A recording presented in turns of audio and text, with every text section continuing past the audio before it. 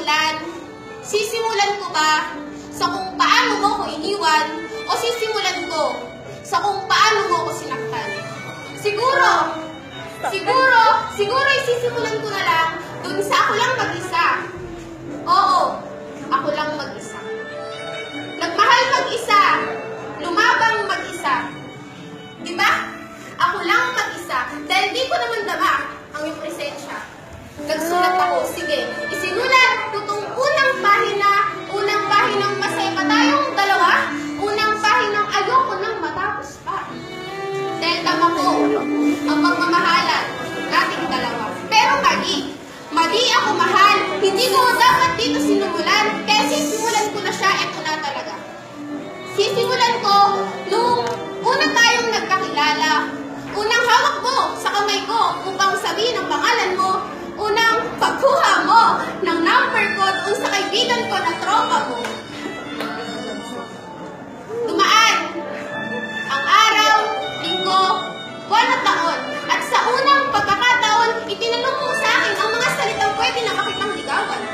Nagulat ako nun. Inahamin ko, nagulat ako nun dahil ang buong akala ko ay magkaibigan nga lang tayo. Dumaan ang ilang buwang ligawan at naalala mo ba nun na ang lakas ng loob mong pumunta sa aming tahanan para sa aking mga magulang ay may mapatunayan. Nakakatawa, hindi ba? Pag inaalala ang mga panahong yun, humantong ang isang okasyon na kaarawan ng nanay ko at muli kang bumalik sa bahay ko. At doon ko sinabi ang oong hiling mo. Tuwang-tuwa ka nun at sabay bitaw ng mga pangako sa harapan ko at biglang yakap ng mahigpit sa likuran ko, sabay bulong. Mahal, ipinapangako ko na kailanman ay hindi ka iiwan at pinanghawakan ko ang mga katagang sinambit mo sa harapan ko, mga salitang naging dahilan upang lumakas ang loob ko, mga salitang alam kong paninindigan mo. Naalala mo ba, noong para tayong nasa isang kahon at hindi makaahon kasi nga hindi tayo mapaghiwalay noon. Saksi ang mga tala sa ating dalawa at parang may hangin tayong dala-dala. Pero wala naman talaga. Pero mali ako mahal. Sa 7 buwang naghanap tayo ng daan patungong kawalan at maging pundasyon ng ating relasyon. Mali ako.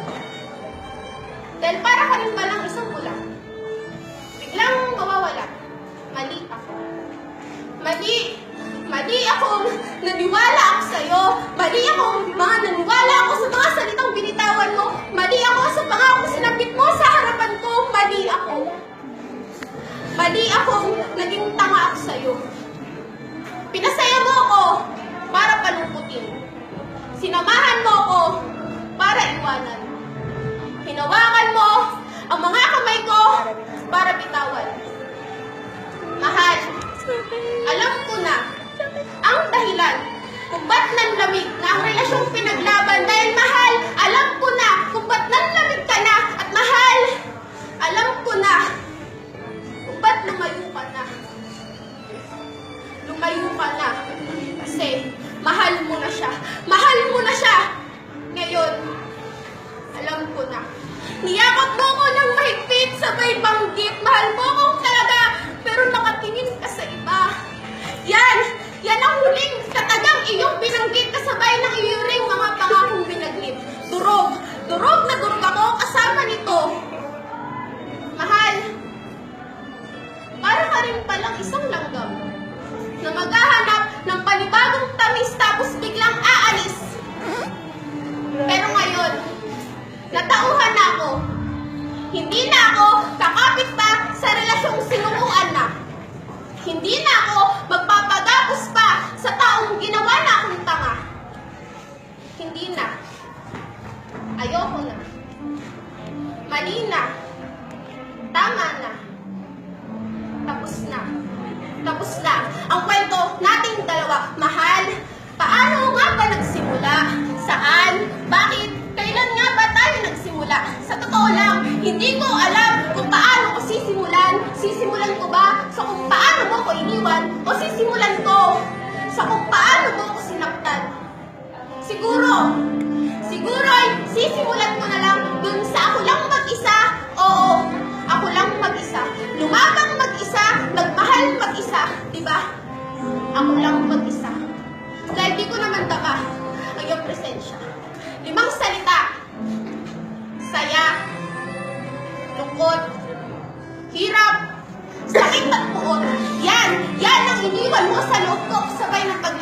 Hindi ako galit sa'yo dahil iniwan mo ko.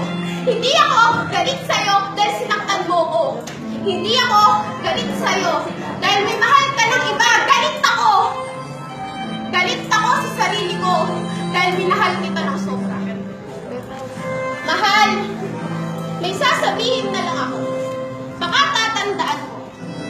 Huwag mong gagawin sa kanya ang ginawa mo sa akin.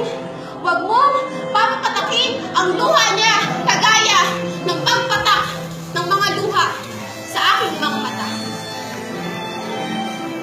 Ang mga kamay na ito ay hindi ginawa upang bitawan mo lang. Kaya kung naghahanap ka ng panandaliang pagkapit, huwag ako, iba na lang. Mahal, eto na.